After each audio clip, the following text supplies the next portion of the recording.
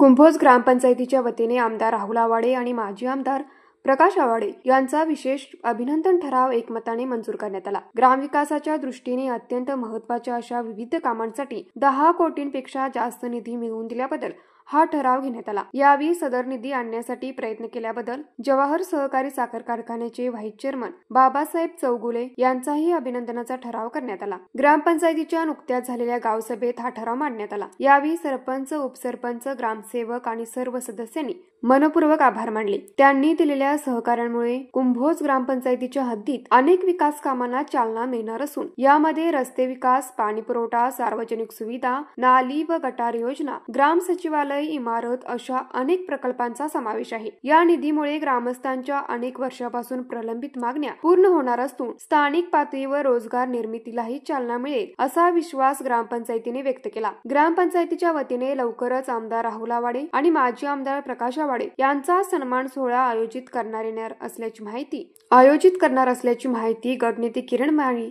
यांनी दिली। न्यूज मराठी 24 साठी विनोद शिंगे, कुंभोज।